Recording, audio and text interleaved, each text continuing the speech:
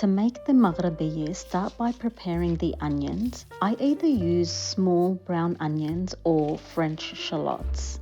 If they're a little too big, I do halve them.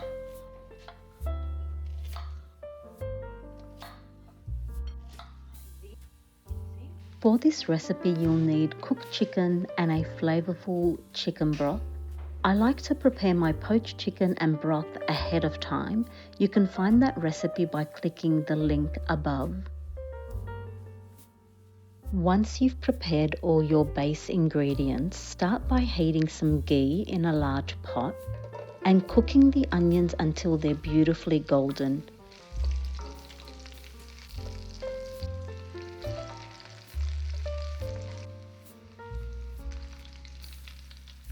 Then remove them and set them aside for later. In the same pot, add a little more ghee along with the Moghrabieh and all the spices: caraway, cinnamon, baharat, cumin, black pepper and salt.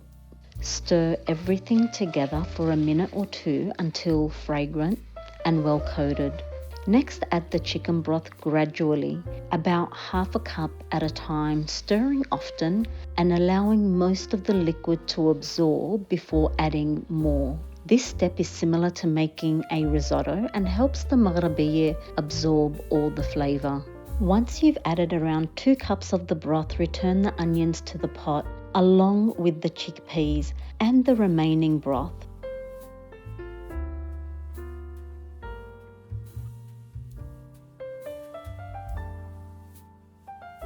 Now lower the heat and let it simmer until the Moghrabieh is tender.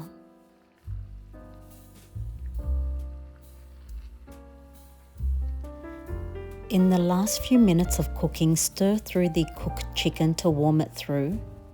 And do keep in mind the Moghrabieh will continue to thicken as it sits, so feel free to add a little extra broth if you prefer it a little more soupy.